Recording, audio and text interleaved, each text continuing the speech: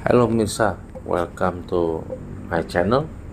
Pada kesempatan kali ini kita akan membahas tentang gula dan karbohidrat, sumber dari segala sumber penyakit. Simak selengkapnya dalam video kami berikut ini. Tapi sebelum dimulai, dimohon untuk ketik like, subscribe, serta pencet tombol notifikasi dan tinggalkan komen demi kelangsungan channel ini. Terima kasih pemirsa. Jadi awalnya kan kami menonton tentang pidato dari Dr. Robert Lustig yang memang dia menemukan penemuan yang mengagumkan pemirsa ya. Yang sebelumnya ini di Amerika sana ada kecenderungan di abad-abad 20 dan awal milenia ke-21 ini banyak berkembang penyakit-penyakit yang aneh-aneh. Kemudian hampir sebagian besar warga Amerika ini mengalami obesitas atau istilahnya kelebihan berat badan gitu ya pemirsa ya. Nah ini ditelitilah oleh Robert Lustig gitu kan.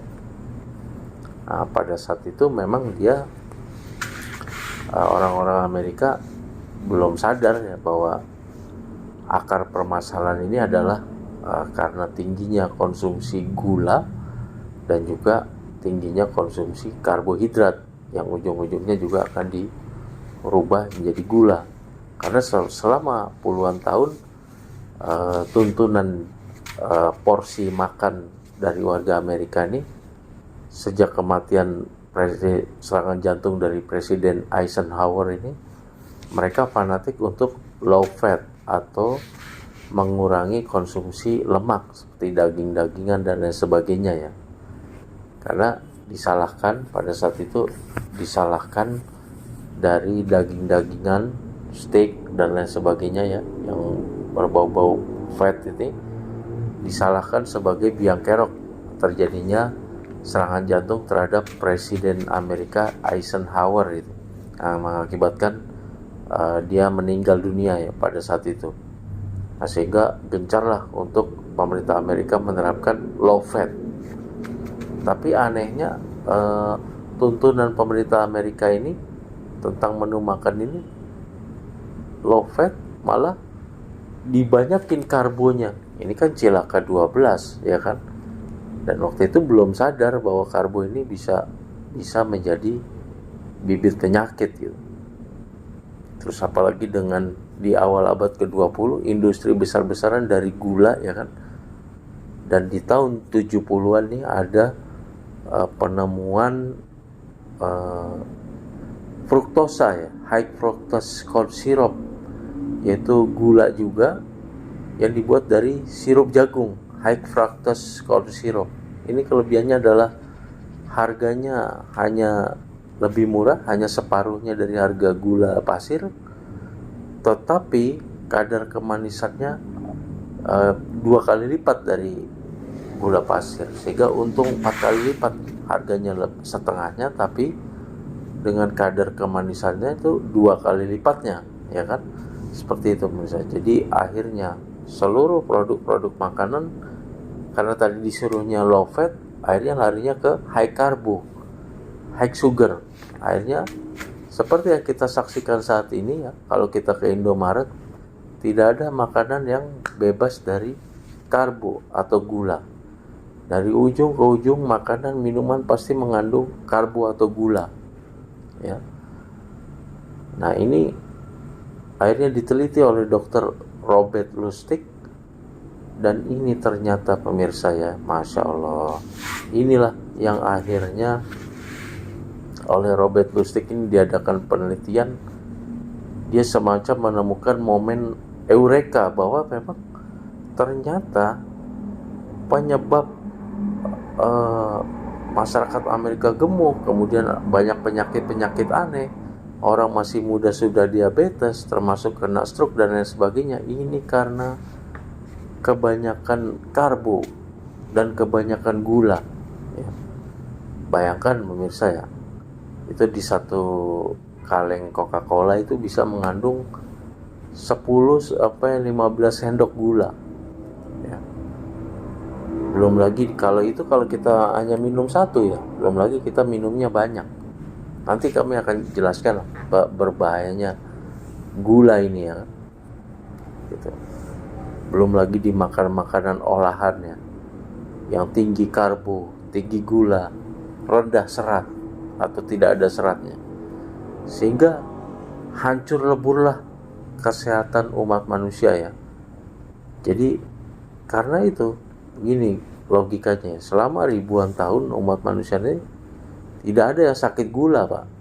Ya, tidak ada yang sakit gula karena memang kita mendapatkan gula secara alami dari buah-buahan, ya kan? Dari buah-buahan yang manis, dimana buah-buahan kita makan 1-2 biji aja sudah kenyang, sehingga secara otomatis alam dan lingkungan kita nih membatasi kita untuk mengkonsumsi gula berlebihan. Nah, ketika ditemukannya gula ini bisa direfinasi, bisa dipadatkan menjadi gula pasir, maka Anda misalnya minum Thai tea atau boba atau kopi-kopi kekinian, walaupun sudah habis 3 gelas, tetap aja Anda belum kenyang, gitu kan? Karena itu hanya air dan gula yang direfinasi, yang dipadatkan menjadi gula pasir. Dimana dalam satu gelas cup itu kopi-kopi kekinian ya, kopi kenangan ataupun Thai tea, boba, master boba dan lain sebagainya itu mengandung gula yang jumlahnya amat sangat spektakuler. Misalnya bisa 10 sendok, 15 sendok teh ya kan. Pemirsa tahu kalau kita kadar gula normal itu 80 sampai 100, itu berapa sih ada gula yang ada di seluruh aliran darah kita? Sebenarnya ada berapa? Itu hanya 1 sendok teh, ya kan? Nah, kalau pemirsa itu kadar gula tinggi 130, 120 ke atas, berapa sebenarnya kadar gula yang ada di darahnya, seluruh aliran darah, seluruh darah pemirsa? Itu adalah 2 sendok teh. Jadi perbedaan gula normal dengan gula tinggi itu hanya 1 sendok teh. Bisa dibayangkan kalau pemirsa itu mengkonsumsi misalnya minum Coca-Cola, minum minuman kaleng, terus lagi makan nasinya banyak, malam sebelum tidur makan nasi goreng, yang semuanya akan dirubah menjadi glukosa. Baru ke kantor sedikit mampir beli kopi kekinian, nyampe kantor buka bekal pakai Coca-Cola, ya kan, segala macam. Nah, inilah akhirnya manusia modern menjadi rusak karena memang budaya dan makanan dan minuman olahan ini yang berlebih dari sisi gulanya, seperti itu kan, sehingga akhirnya gula tinggi, insulin akhirnya terjadi resistensi insulin yang pada ujung-ujungnya dari situlah kanker, penyakit diabetes jelas dengan penyakit-penyakit lainnya merembet kemana-mana karena darah kita manis, ya kan, merembet kemana-mana, termasuk jantung juga, hipertensi, semua itu diakibatkan oleh gula, oleh karbo yang berlebih, ya kan, sehingga inilah akhirnya merembet kemana-mana yang merusak kesehatan umat manusia, ya kan, yang tanpa disadari. Dan tanpa disadari juga bahwa manusia modern ini semua hampir seluruhnya ini kecanduan oleh gula ya. Coba aja kita pesan makanan atau minuman, kalau kurang manis tuh rasanya kurang bagaimana ya, hambar gitu kan gitu. Jadi gula sudah masuk menjadi bagian dari kehidupan kita sehari-hari. Karena pemirsa, pembahasan kita kali ini sebagai gula dan karbohidrat sebagai sumber dari segala sumber penyakit, dari bahasan dari Dr. Robert Lustig. Untuk selengkapnya pemirsa bisa menonton di internet ya. Ini akan mendapatkan versi lengkapnya ya. Kalau mungkin pemirsa tidak terlalu jago bahasa Inggris, mungkin bisa lihat translate-nya seperti itu. Oke pemirsa, terima kasih atas perhatiannya. Sebelum diakhiri, dimohon untuk ketik like, subscribe, serta pencet tombol notifikasi dan tinggal komen demi kemajuan channel ini. Oke pemirsa, terima kasih atas perhatiannya. See you on my next video. Terima kasih Mirsa.